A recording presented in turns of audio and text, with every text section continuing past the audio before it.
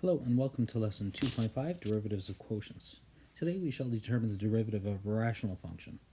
So today we're going to first change this rational function of q of x, which is equal to some polynomial function f of x over some polynomial function g of x.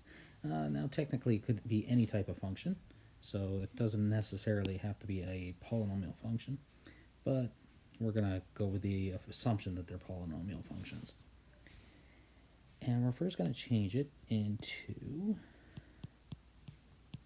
the function f of x, and this time we're going to multiply by g of x, but the g of x is going to be raised to the negative 1.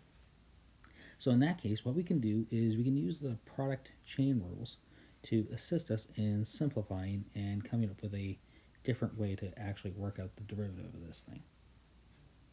So let's take a look. So suppose we do start out with this. Well, to find the derivative, we apply that product rule because we're multiplying here. So first we got to find out the derivative of the first function, which is f prime of x, and we leave the second function alone. So this is going to be g of x to the exponent negative 1. We're going to have to add. Now this time we leave the f of x alone, and now we have to find the derivative of the second function. Well, the second function is actually a composite function, so that we're going to have to use a chain rule. So we're going to have to bring down the negative 1 and multiply. We're going to have to change the g of x to the exponent of negative 2 now, but we also have to find the derivative of the inside function. So the derivative of the inside is g prime of x. So now, using this, what we can do is we can go ahead and massage this so that we can make it into a fraction. Now to make it into a fraction, we commonly factor. And if we look at these two pieces right here, this g of x to the negative 1 and g of x to the exponent negative 2, we common factor out the lower of the two.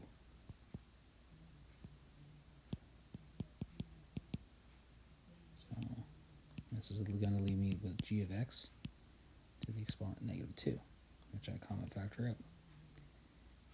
So that means for my first term, I'm left with f prime of x and g of x, because I've actually taken out one of them.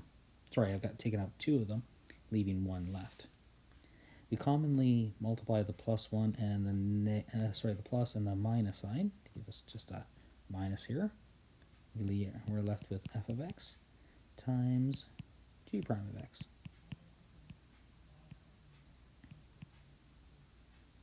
Now, because the exponent is a negative, we commonly write it as a denominator. So now we're going to write this instead as f prime of x times g of x minus f of x, g prime of x, all over g of x, which is going to be all squared. And there we go. There's what we call our quotient rule. So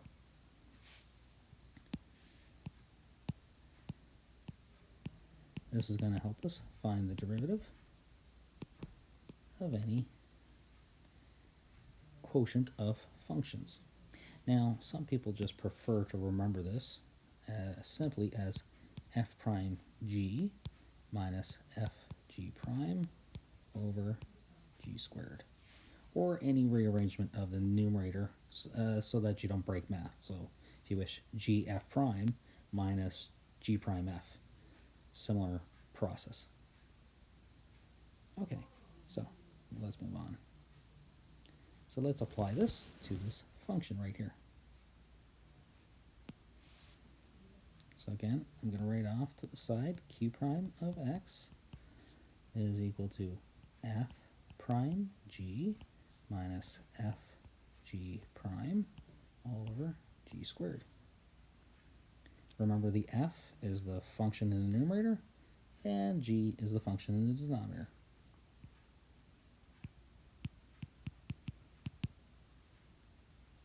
So the derivative of the numerator is just 2 multiplied by 6 minus 5x minus, now you leave the numerator alone,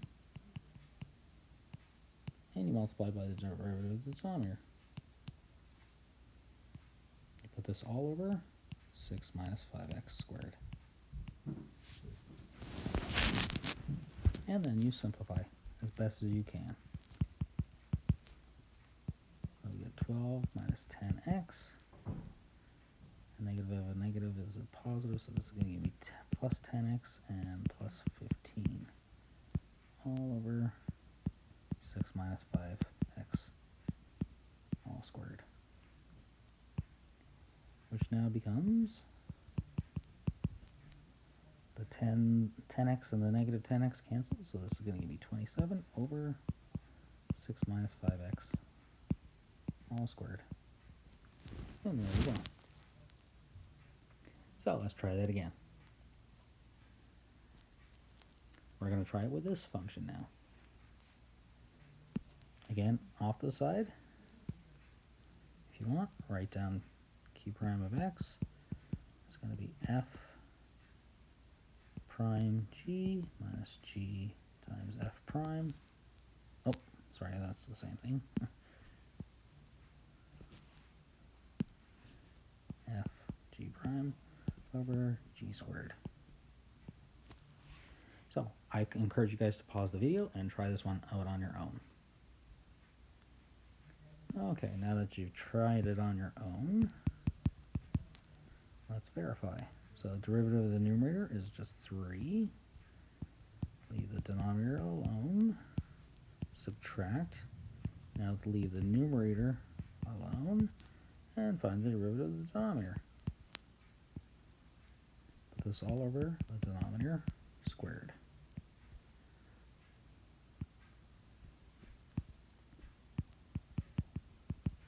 Simplify.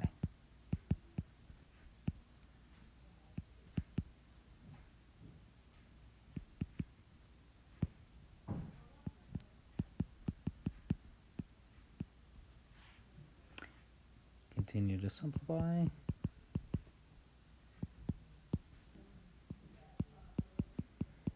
Now just in the last two examples, you've noticed the variables in the numerator are canceled. That doesn't always occur. Just make sure that you go through the process and verify it.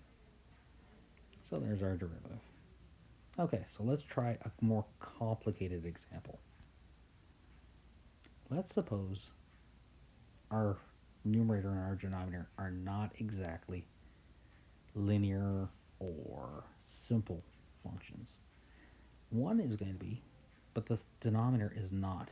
So let's see what happens when we have this kind of situation. So again, I'm going to write off to the side, q prime is equal to f prime g minus f g prime over g squared. Okay, so let's try this. Derivative of the numerator is just 1. Leave the denominator alone. So the denominator is x squared minus 1. Subtract. Now leave the x plus 2 alone. But now we're going to have to take the derivative of, and I'm going to write this off to the side briefly, x squared minus 1 all to the exponent of a half. Well, we're going to have to use chain rule for this one. So bring down the half. Leave the x squared minus 1 to the negative a half, because we have to subtract by 1, and derivative of the inside function is now 2x. So this is all over the square root of x squared minus 1, which is all squared. Well, something more comes out of this one. What you can do is you can notice that we have a bunch of different areas where we have an x squared minus 1. And again, the numerator now has a half and a negative a half. So that has a constant of a half as well there, and has an exponent of negative half on that x squared minus 1. So try to factor stuff out here in order to make life easier for yourself. So what I'm going to do is I'm going to try common factoring out a half. And I'm also going to factor out the x squared minus 1 to the negative a half, because that is the lowest exponent that I have. What's that going to leave me? Well, if I factor out a half from 1, I'm actually left with 2. And if I factor out x squared minus 1 to the negative a half, I'm left with x squared minus 1 to the exponent of 1. For my second term, I'm left with just the x plus 2 and the 2x. Nothing complicated there.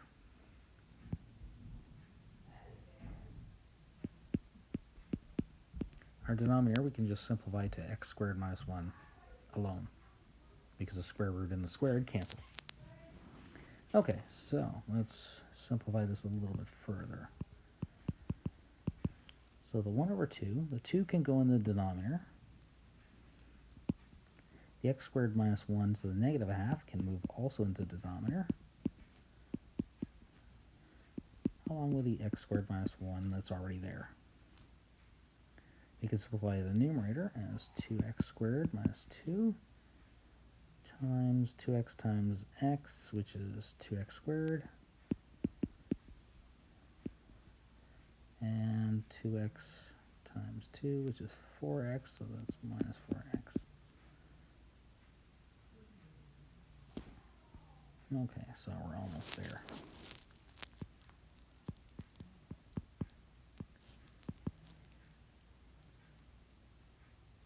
So we can cancel out the 2x squareds because there's common pieces there. So you're left with just negative 4x minus 2 over. Now you can take the 2 out. I'll leave the 2 there. And if we combine these two pieces, because they have the same base, we can add the exponents. So this is going to be x squared minus 1 to the exponent of 3 over 2. Because we add the exponents, 1 half plus 1 is 3 over 2. Now commonly they don't like it like this, and also you can notice that you could probably divide everything by 2 from the numerator and denominator. So you could probably simplify this even further as negative 2x minus 1 in the numerator. Get rid of the 2, and I'll write it as a square root x squared minus 1 all cubed, which they tend to prefer root symbols being used. And there you go. That's how we simplify and differentiate this one. Thus concludes this lesson.